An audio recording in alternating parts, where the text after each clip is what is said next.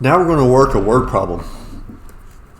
Now what I prefer to do when given a word problem is I like to sort of rewrite the problem, at least in a shorthand version, such that each major thing here is on its own line. It makes it easier for me to see the problem, because if we look at this problem as I've written it, which would be similar to what you would find in a book, this first sentence goes over here and then it continues on down to here, and now the second sentence starts here and comes to here, and now's the third.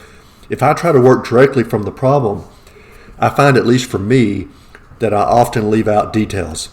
So I'm going to write it in sort of a shorthand and also sort of mix in some logical parts to try to see how to set this up as a problem.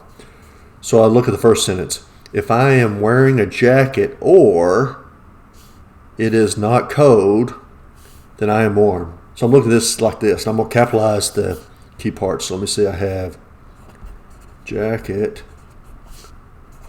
or that's going to be translated into something, right? It is not cold,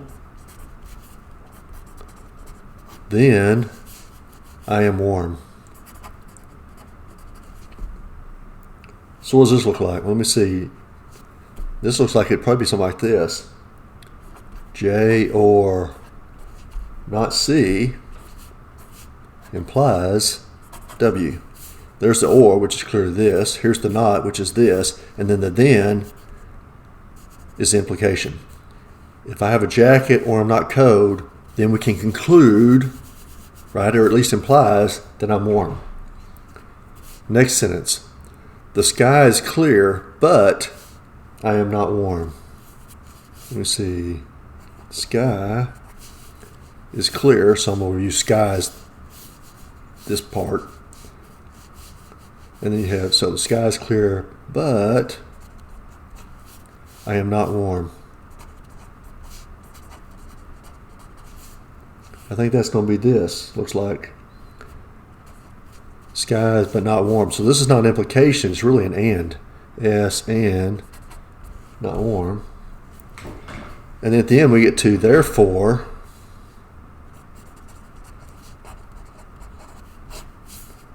the sky is clear and I am cold. Okay. So this was putting these two together. It's going to be an implication of sky and cold. So now what does the problem become?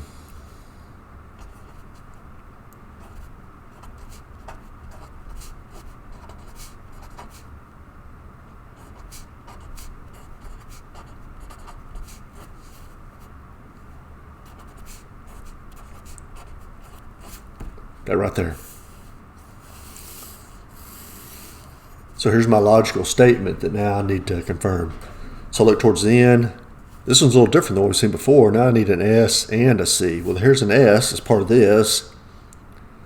And C is over here. What's the relationship between the two? Well, this has not W, and here's W, so that's probably how they're going to tie together. So we have J or C implies W. That's a hypothesis. S and not W, that's also a hypothesis. Okay. So now if I look at my sheet, what do we got going on here? Well, one of the things I notice is simplifications. If I have something and something, that's really two different things. Just like if I had been given P and Q individually, then they're individual WFFs that I can make use of. But if I'm going to follow the sheet, then I'm going to break them out. So this would be 3 and 4. So I have S and not W. And these are simplifications from 2.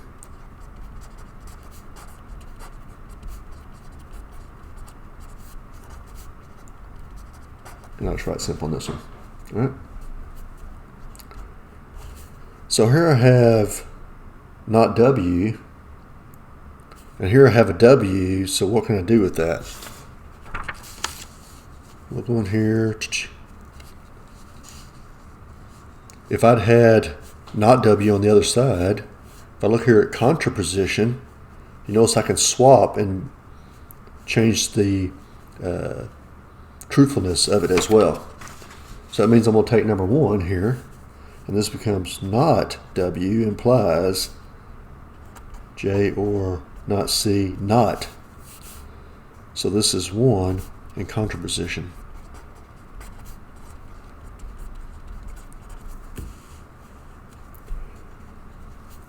So 4 and 5 allows me to get J or C not. So this is 4, 5, and modus ponens.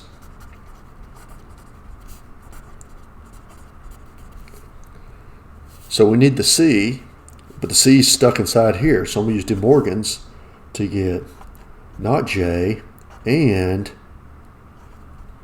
not C not, right? Because I negate what was there, and that's really this.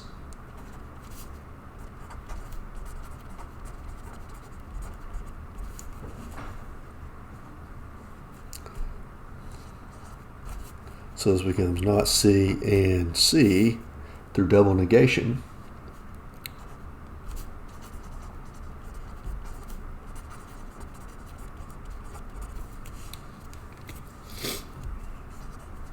I need the C, so I can actually break out the 2 parts. Now, I don't really need the J, but I could do like we did before and say I have not J and on a separate line have C, but I really only need the C.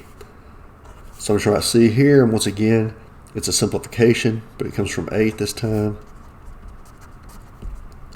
And now I have S and C. I can put those back together using conjunction. So given 2 things, I can AND those. So conjunction and simplification are basically just the opposite effects.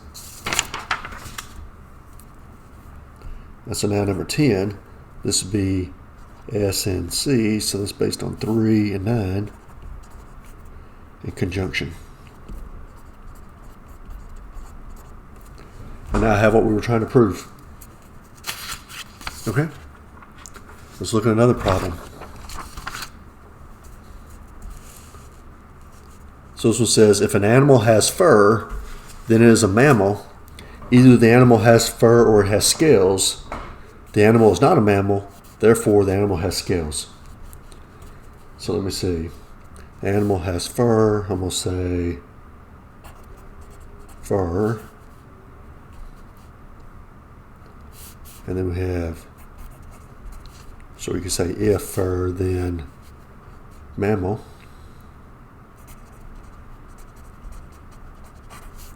So this is a fur implies mammal. Either the animal has fur or it has scales. So fur or, these are the keywords here, or scales. So this becomes fur or scales. Animal is not a mammal. Not mammal. So this is M not. And finally, therefore,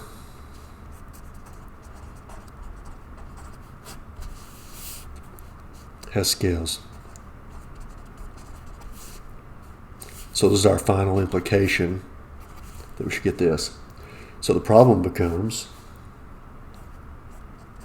fur implies a mammal and fur or scales and not a mammal. All that together implies scales.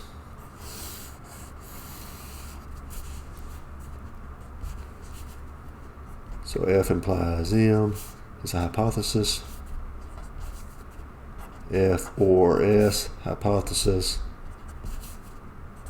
Not M, hypothesis. So F implies M. Here's a not M. Okay. Look at my sheet. What does that kind of look like? Well, it looks like modus tollens, right?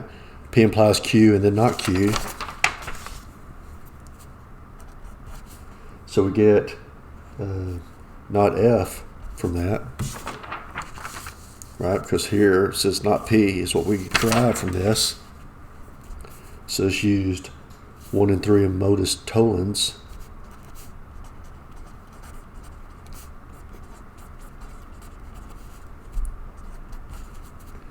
And now what we have? If we looked at disjunctive syllogism, P or Q and then not P lets us derive Q. F or S and not F lets us derive S. So this is 2 for disjunctive syllogism.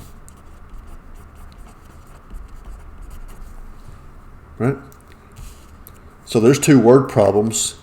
You may have your own approach to them, but even when I do algebraic word problems, I like to do something similar where I take the sentences and break those up into little facts that I know. And then I start trying to figure out the problem from those facts. I know this, now I know this, I know this, and work from there. So you'll just have to figure out what is works best for you, but here's an idea if you don't really know.